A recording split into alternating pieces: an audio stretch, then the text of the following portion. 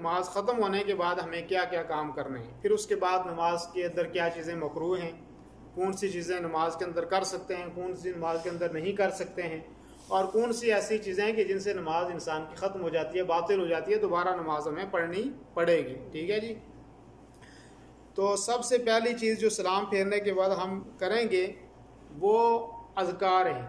बहुत दफ़ा हमारी तरफ लोग फ़िरका समझ लिया, आपकी फ़िरका वारियत है, और फ़िरका वारियत की बात नहीं होनी चाहिए, बस कुरान हदीस की बात होनी चाहिए।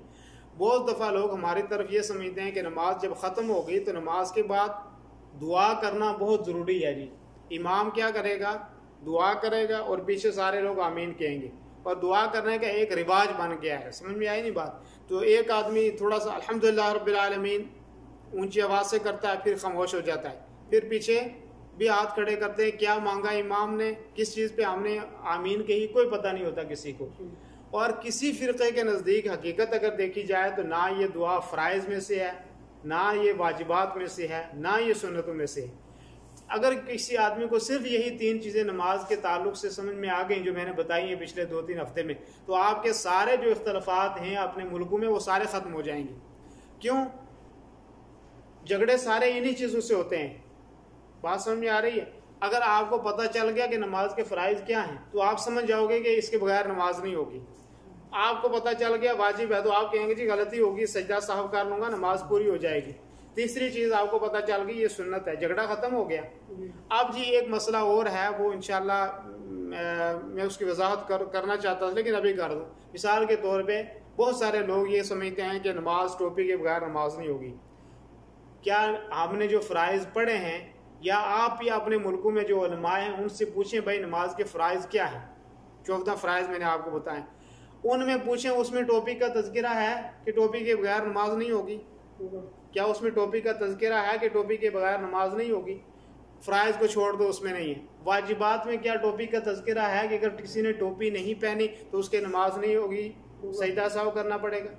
सुन्नत में आ जाएगा, हमने 16 सुन्नतें नमाज की पढ़ी हैं और हदीसों के हिसाब से पढ़ी हैं। क्या 16 सुन्नत में टोपी का तज़किरा आया कि अगर आपने सर पे टोपी नहीं पहनी तो आपकी नमाज नहीं होगी? कहीं पे बात आई? नहीं आई है। तो इसलिए टोपी पहनना अच्छी बात है, जिसके पास है पहन लो। नबी सल्लल्लाहु अलैहि वसल्लम ने हमेशा सर नंगा नहीं रखते थे, बल्कि सर पे कुछ न कुछ होता था, अमामा होता था आप सल्लल्लाहु अलैहि वसल्लम के अक्सर। जैसे आज भी सऊदी में अक्सर सऊदियों के सर नंगे नहीं होते, यहाँ का एक फैशन रिवाज है, अमामा और उसके टोपी और उसके ऊपर अमामा है। समझ में आई? वो नमाज भी उस तरह पढ़ लेते। लेकिन अगर किसी की नहीं है, सर पे टोपी या कोई कपड़ा नहीं है, तो क्या उसकी नमाज नहीं होती? नमाज हो जाती है।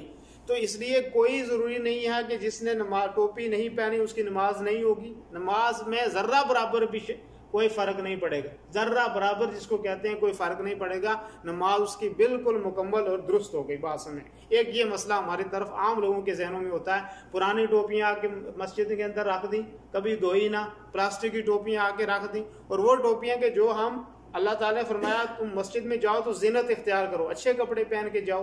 नमाज के लिए आपके पास अच्छे कपड़े होने चाहिए, जो आप अच्छे कपड़े अपने लिए पसंद करते हो। तो क्या हम वो टोपी जो हमें मस्जिद में पहनने के लिए दी जाती है, क्या वो हम पहन के आम लोगों के सामने बाजार में इधर उधर जा सकते हैं? नहीं जाते। ठीक है।